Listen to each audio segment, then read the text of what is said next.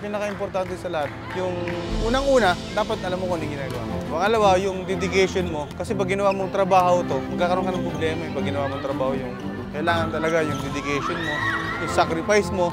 Kasi most of the time talaga, mas mahabang oras ang ibibigay mo dito kaysa sa pamilya mo. O sa mga, sometimes, nagka-cancel ka ng party. Kasi may ensayo.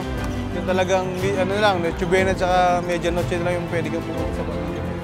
Kasi the rest, kakainin yung oras mo ng team. Kasi nga, para sa preparation.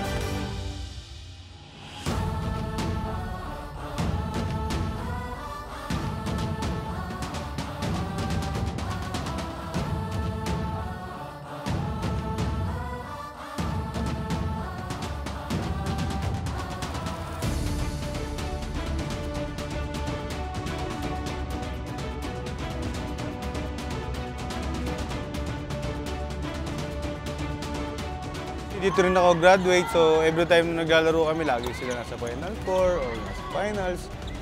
Even in my high school days nung sa province, lagi sila nandiyan. Tumuluwas pa kami para manood. 97 to 2003 ako naglaro. Madaming player, most of the player na pag sinabi mong sa probinsya na pumupunta, hindi nawawala lagi sa choices si UST. So, yun ang totoo. Kumbaga, try out. Kung mga magpapakamatay sila para makapasok lang sila dito. My name is Jesselyn Kamaligan and I'm a opposite spider. Kasi dati, idol ko po si Carmela Turay. Hindi ko po naabutan si Ate Mela. So, isip ko na lang na parang gusto ko maglaro sa UST dahil yun nga, doon ang galing si Ate Mela kasi idol ko po talaga siya. Siguro yung determination ko kasi iniisip ko na ng sarili ko na kaya ko to, parang ito na yung time na maglalaro ako. So, dapat di ako kabahan, gawin ko lang kung ano yung best. I'm Chingay Bahan, 19 years old, 7. Of course, para sa akin, iniisip ko na lang kung paano ako makakakontribute. And, syempre, mga veterano yung nawala namin. So, basta, gagawin na lang namin yung best namin. Siguro, mentally, sobrang importante yun kasi bago sila mag-trust, lalo na yung trust mo sa sarili kasi bago sila mag-trust sa'yo, kailangan mo muna magtiwala sa sarili. I'm Shannon Palek, middle blocker of UST Women's Volleyball Team. Ngayon, practices, may mga tune-up games kami na pinasked din na coach and defense, blockings, tapos mas focus kami sa service usage. For me, as a team captain, mas tinitingnan ko siya na senior. Yung ako yung magtataas ng moral ng team. Kaya nga sinabi ko kanina yung skill sa coach na yun. Para sa akin is yung character and motivation ng team towards sa paglalaro sa games nila. Yun po yung difference siguro na ma-i-apply. Pagka nasa loob kami ng court or sa training, iniisip ko na pantay-pantay kami.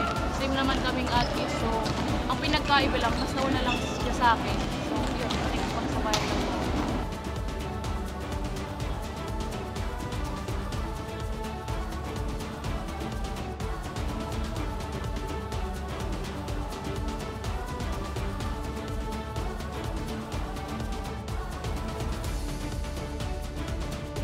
Tumasyan values eh. Mas madali na to adjust para sa amin as a Tumasyan. Yung adaptation ng naiwan nila, na way back nila yung legendary coach ni Coach August. Yung kung paano na-approach naman sa amin o na ituro sa amin nung coach din namin ng way back ng college kami ni Coach Emil. Same with Coach OG Mamon. So sila yung bumuo sa amin bilang player, bilang isang coach din na rin. Yung tradition na pinipilit namin ibalik. For how many years nawala si UST sa Final Four, nawala sa Limelight. So in 2 years ko dito sa team sa UST, naibalik namin ng konti kasi nakapasok kami ng Final Four last year, and when we ended up 3rd dun sa so highest rank for the past 5 years ata or 6 kung hindi ako nagkakamali.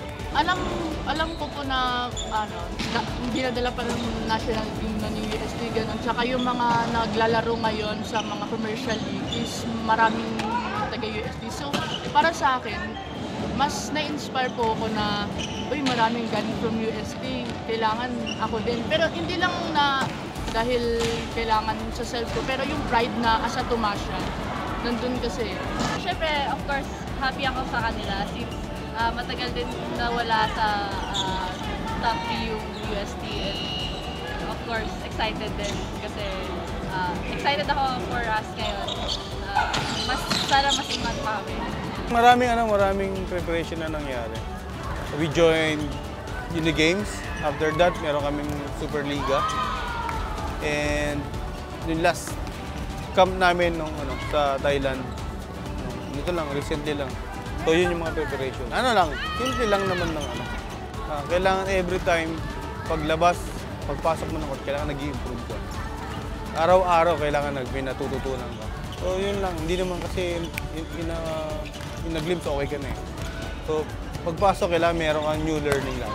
Maraming bago, ay hindi naman marami kasi from team B yung iba namin.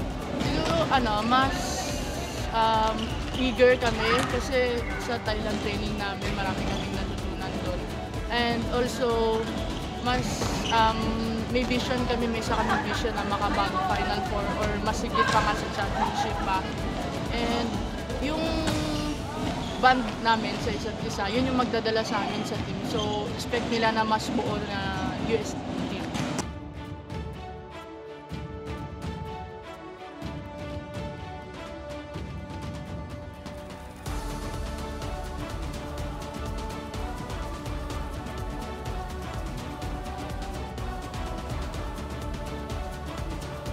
Yung season 80, so another story naman. Yung ipilit namin na iangat yung Team UST.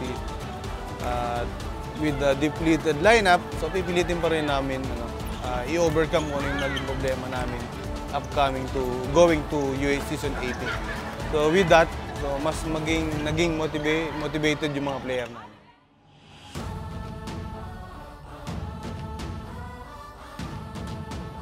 Siguro ginagawa namin ngayon is paano namin laruin ng may kulang sa amin. Like yun, si PJ nawala, si Adelia. And siguro ngayon, for me, since marami namang experience, marami kaming nag-gain na experience, siguro yun na yung tatakip sa kung ano yung kulang sa amin.